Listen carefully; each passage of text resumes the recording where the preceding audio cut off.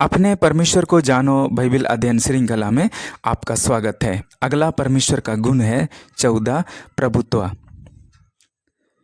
इससे संबंधित वचन है यशायाह 46:8-10। हे अपराधियों, इस बात को स्मरण करो और ध्यान दो, इस पर फिर मन लगाओ। प्राचीन काल की बातें स्मरण करो जो आरंभ ही से हैं, क्योंकि परमेश्वर मैं ही हूँ, दूसरा कोई नहीं। मैं ही परमेश्वर हूँ और मेरे तुल्य कोई भी नहीं है। मैं तो अंत की बात आदि से और प्राचीन काल से उस बात को बताता आया हूँ जो अब तक नहीं हुई। मैं कहता हूँ मेरी युक्ति स्थिर रहेगी और मैं अपनी इच्छा को पूरी करूँगा। दानियल 2:20-21। परमेश्वर का नाम युगानुयुग धन्य है, क्योंकि बुद्धि और पराक्रम उसी के हैं। समयों और ऋतुओं को वही बदलता है, राजाओं का अस्त और उदय भी वही करता है।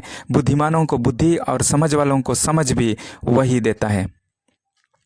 दानियल 4:34-35। उन दिनों के बीतने पर मुझ नबूकदनेस्सर ने अपनी आंखें स्वर्ग की ओर उठाई और मेरी बुद्धि ज्यों की त्यों हो गई।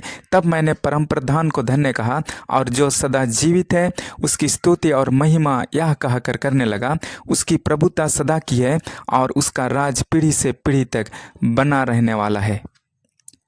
पृथ्वी के सब रहने वाले उसके सामने तुच्छ गिने जाते हैं और वह स्वर्ग की सेना और पृथ्वी के रहने वालों के बीच अपनी ही इच्छा के अनुसार काम करता है और कोई उसको रोककर उससे नहीं कह सकता तूने यह क्या किया है। भजन संहिता 103:19। यहोवा ने तो अपना सिंहासन स्वर्ग में स्थिर किया है और उसका राज पूरी सृष्टि पर है। नीति वचन 16:4। यहोवा ने सब वस्तुएं विशेष उद्देश्य के लिए बनाई हैं, वरन दुष्ट को भी विपत्ति भोगने के लिए बनाया है। सबोपदेशक 3:14-15। मैं जानता हूँ कि जो कुछ परमेश्वर करता है वह सदा स्थिर रहेगा, ना तो उसमें कुछ बढ़ाया जा सकता है और ना कुछ घटाया जा सकता है। परमेश्वर ऐसा इसलिए करता है कि लोग उसका भय माने। रोमियो 13:1-2। हर एक व्यक्ति शासकीय अधिकारियों के अधीन रहे, क्योंकि कोई अधिकार ऐसा नहीं जो परमेश्वर की ओर से ना हो, और जो अधिकार हैं वे परमेश्वर के ठहराए हुए हैं। इसलिए जो कोई अधिकार का विरोध करता है वह परमेश्वर की विधि का सामना करता है और सामना करने वाले दंड पाएंगे। अन्य वचन इफिसियों 1:11।